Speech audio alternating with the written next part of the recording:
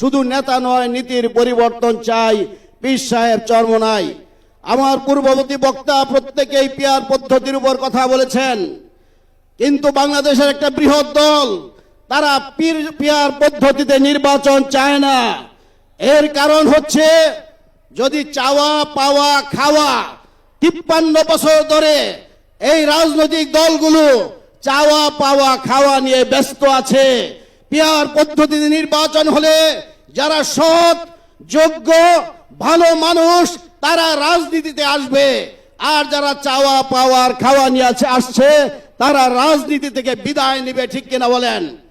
কাজেই পিয়ার পদ্ধতিতে নির্বাচন হলে, যদি আজকে সংসদে যারা বিজ্ঞ দেশ পরিচালনা করবেন, আর জাতীয় ঐক্যমতের একটা সরকার হবে, যাতে কেউ কোনো সেই সংসদের কোনো সংসদ সদস্য দুর্নীতি না করতে পারে। কাজেই বড় একটি দল ওই পুরানা পদ্ধতি 53 বছর যেভাবে চলছে সেভাবেই চলাতে চায়। কাজে আমাদের আজকের এই প্রোগ্রামের প্রথম এবং প্রধান দাবি হচ্ছে পিয়ার বা সংখ্যানুপাতিক পদ্ধতিতে নির্বাচন। তাহলে প্রত্যেকটা ভোটারের ভোট মূল্যায়িত হবে এবং সমস্ত দলেরই অংশগ্রহণে সংসদ হবে, এবং আমি আশাবাদী ইসলামপন্থীরা এতে এগিয়ে যাবে।